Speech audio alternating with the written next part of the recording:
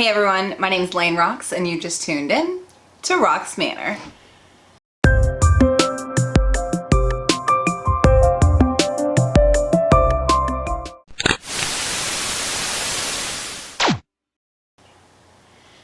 Alright, so here goes. Today's actually St. Patrick's Day 2020, so March 17th, 2020, and you know, kind of what's going on in the world is sort of just like really on the headlines right now. So I don't know, I'm kind of telling myself that with all of the thoughts I have going on in my head and whatnot, like it just might be a good idea to get some like feelings or thoughts out in a video every night if I feel like doing that. So this is my first one. I've been kicking around the idea for the last like 2 or 3 days, and here it is, March 17th. So I'm going to kind of kick off some feelings and thoughts that I have of what's going on. So first off, to give a little bit of background, I'm obviously referencing the coronavirus or COVID-19.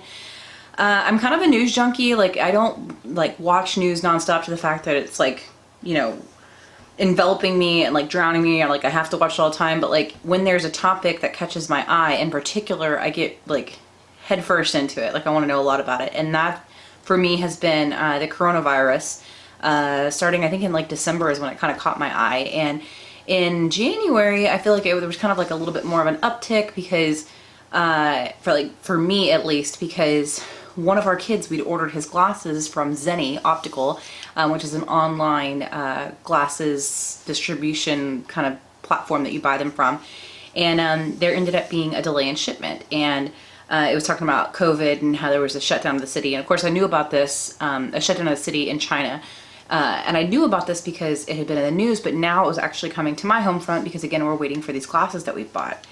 And I don't know, I've just been like, I knew that eventually there was going to be an issue here in the US, but I wasn't sure when and how big that issue was going to be. I just knew that at some point, even though COVID was kind of like this thing off in Wuhan, it was off in China, you know, now it's in another country, whatever, like it was eventually going to reach our shores. And in the last week or so now, things have obviously kind of ramped up to the point where as of right now, which is a Tuesday, this last Friday, Governor Ralph Northam had closed all the schools in the state, and it's supposed to be for two weeks. And a lot of the other states here in the U.S. have done that as well. They're on a 2-week hiatus. Some have done, I think, 3 weeks up to 4 weeks. I think I heard of one, or I think I heard of some school up in New York, or maybe it's the state of New York, that's closed already as of right now until the 20th of April. So there's a lot of issues with what's going on. For one, although I'm not really big on saying like the federal government should, you know, do something big and sweeping, I think that this is something that as a country, the fact that we haven't had complete federal intervention as far as a standard set of what the nation needs to do as per the CDC's recommendation, I think that's kind of where we're behind the curve in some of this stuff, because some states actually have schools still open right now too. So I think it's very confusing, even like just in particular, you live in Virginia and you're like, well, our schools are closed, like who cares? But you know, over in Indiana, they still have closed schools open, you know, or whatever states it is that still has them open. So without some type of federal, you know, outlay of exactly what we need to do, not just a recommendation, but you know, if we're doing the social distancing thing, who's even hearing about social distancing? Who even understands what social distancing is?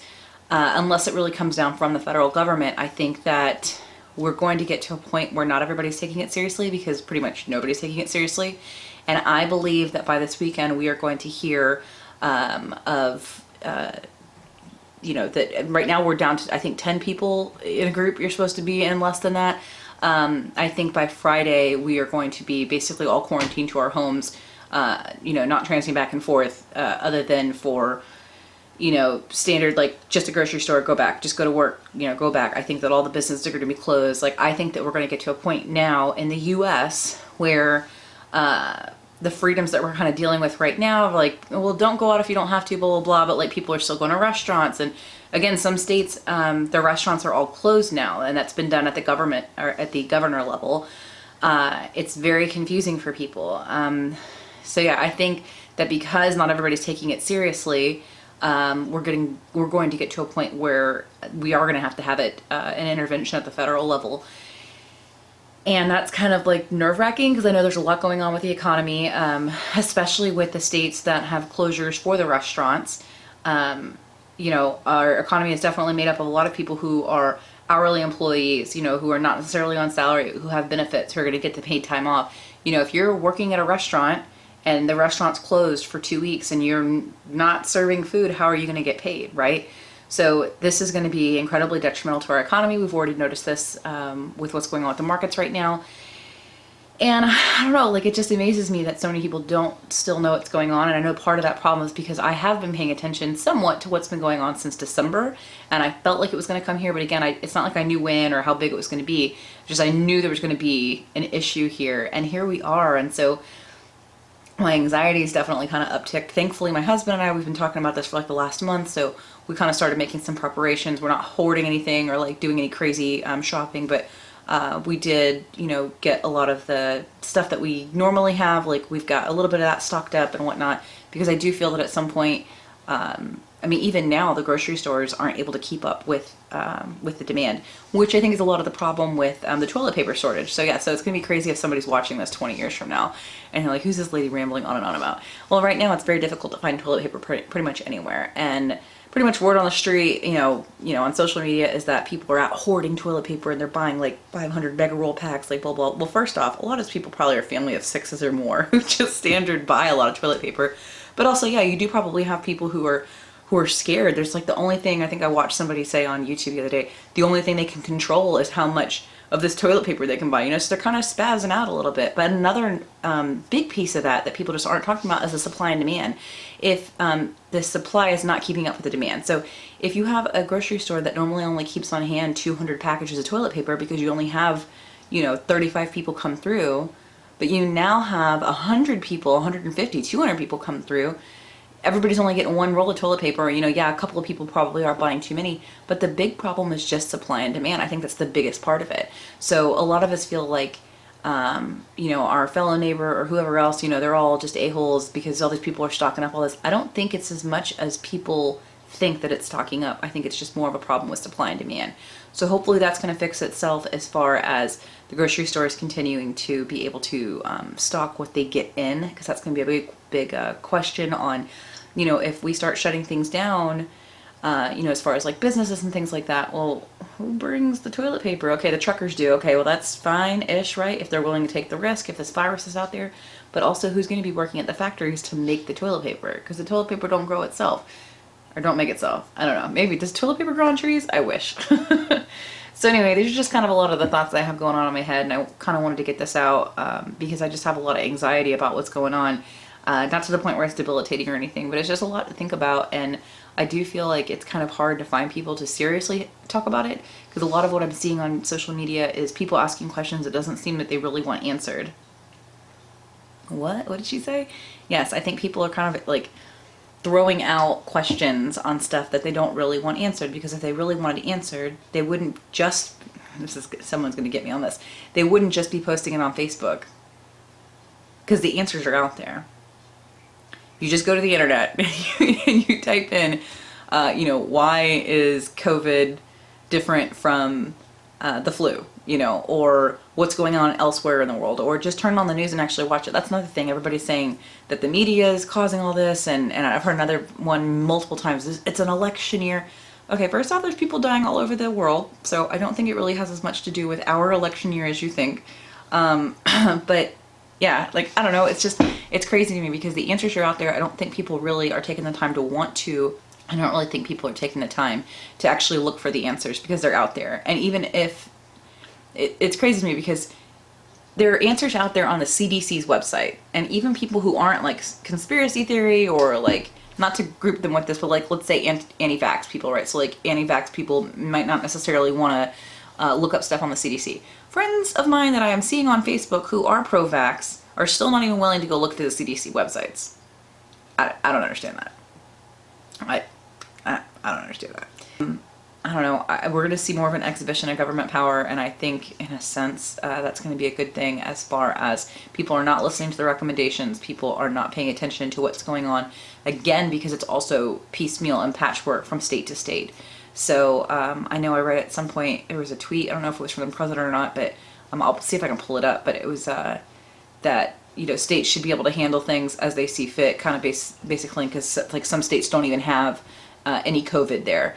But that's kind of part of the problem, is we haven't been able to test for COVID, or at least even now, we're not even able to test at the amount of people who probably need to be tested, because they just haven't been near somebody who has recently traveled, or haven't been near somebody who has been recently diagnosed with COVID, right? Or they don't have a fever or whatever. But that's kind of part of the problem of this disease in itself, is that it's asymptomatic, so not everybody presents the full range of issues. But also, you don't have to be near somebody, or you don't have to be somebody that has traveled to be able to catch it. Like, it's highly contagious. And again, like, if you want to know the difference between it and the flu, just Google it. But it is very different from the flu, and it is rapidly transmissible. Is rapidly transmissible even a thing? Rapidly evolving? Like, I don't know. But the answers are out there. So if you have questions, the best thing I can always say to do is even to go to YouTube, because there's tons of people who are out there who are making really good videos. So I guess I'll probably see you guys tomorrow with my next anxiety-ridden video. I kid, they won't be this bad. I don't know. I don't feel doom and gloom. I just feel, I kind of feel hopeless with humanity, with being people who just aren't really taking it serious, or just have these, like, I don't know, questions to ask that I feel like the answers are out there. Why aren't you willing to look for them? And I myself, I do like to crowdsource questions. You know, I like to ask stuff on Facebook and see what other people think. But at the same time, something that's serious, I think that we should be looking into reputable websites and, reputable news outlets, not, just sharing stuff that's just a headline. We didn't even read it. I saw a lot of people sharing this Amazon post earlier. It was talking about how Amazon was going to shut down service or whatever with its warehouses and whatnot. And if you actually read it, it was saying that they're going to tamper back from selling or stocking, like, kind of the random stuff, right? The stuff that's not really as searched for right now. But what they're trying to do is to utilize their warehouses for the, like, massive amounts of things that people are looking for. So obviously toilet paper, cleaning goods, medical supplies, things that people actually are searching for. That's what they want to fill their websites with. So anyway, I did my last couple of videos on cloth diapers, and I do want to say that that's something I'm really, really glad that we do here, because I don't have any concerns about running out of diapers. We do have a pack of disposables upstairs just in case, because I do occasionally use them at nighttime and, like, we're on road trips or something like that. So looking at that box of, 60 diapers or something, is like, I know for a lot of people that's, like, anxiety inducing for them. Like, what am I going to do if I can't get diapers? Like, blah, blah, blah. Just know that there are other options out there. And if you are looking for other options on diapering your baby that doesn't involve, depending on the supply system, definitely check out my other videos. The first one is 6 types of cloth diapers, and the other one is about washing. So, make sure you hit like on this video.